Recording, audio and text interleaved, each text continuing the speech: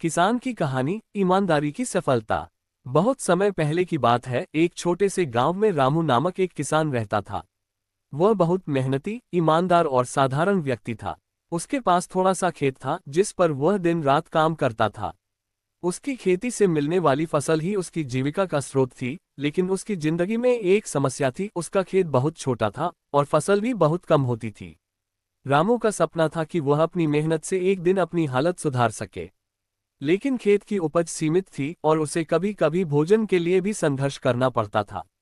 फिर भी रामू कभी भी अपने ईमानदारी से काम करने में कमी नहीं करता था। वह हमेशा अपने खेतों में अच्छा काम करता और दूसरों की मदद करने के लिए भी तैयार रहता। एक दिन गांव में एक बड़ा व्यापारी आया। उसने गांव के किसानों से अधिक उपज खरीदने की पेशकश की। उसने कहा, जो भी किसान सबसे ज्यादा फसल देगा, मैं उसे अच्छा इनाम दूंगा। रामू भी अपनी फसल व्यापारी को बेचने के बारे में सोचने लगा, लेकिन उसके मन में एक सवाल था। वह जानता था कि व्यापारी शायद उसे सस्ती कीमत पर फसल खरीद ले ताकि वह अधिक मुनाफा कमा सके।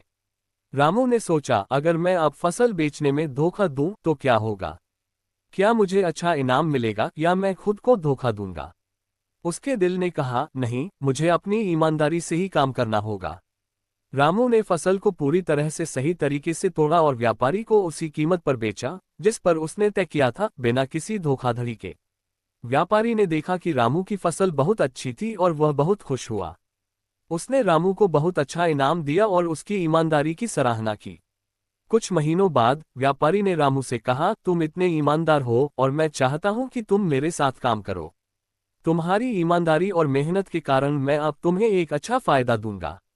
रामू को समझ में आ गया कि ईमानदारी से किए गए काम हमेशा सफल होते हैं, चाहे वह किसी भी स्थिति में हो। उसकी ईमानदारी और मेहनत ने उसे न केवल आर्थिक रूप से उन्नति दिलाई, बल्कि उसे सम्मान भी मिला। सीख: मेहनत और ईमानदारी से किए गए काम कभी बेकार नहीं जाते। जब आप अपने काम में ईमानदारी रखते हैं तो सफलता खुद ही आपके पास आती है। सच्ची मित्रता। एक बार की बात है, एक छोटे से गांव में दो अच्छे दोस्त रहते थे, जिनका नाम राज और मोहन था। दोनों बचपन से साथ खेले और पढ़े थे। एक दिन राज और मोहन जंगल में गए। रास्ते में एक जंगल का राजा शेर डरकर पेड़ पर चढ़ गया। राज को हाथी ने देखा और उसे अपनी ताकत से डराने की कोशिश की, लेकिन राज ने घबराने के बजाय साहस दिखाया। वह जानता था कि हाथी की ताकत को हराया नहीं जा सकता, लेकिन उसे शांत करने के लिए उसे सही तरीके से समझाना होगा। राज धीरे धीरे हाथी के पास गया और उसकी आंखों में आंखें डालकर बात की, तुम बड़े और ताकतवर हो, लेकिन क्या तुम मेरे दोस्त को डराना चाहते हो? हाथी ने राज की बात मानी और धीरे धीरे चला गया। मोहन ने पेड़ से उतरते हुए राज को गले लगा लिया। राज ने मोहन से कहा, सच्चे दोस्त वही होते हैं जो मुश्किल समय में भी एक दूसरे का साथ निभाते हैं।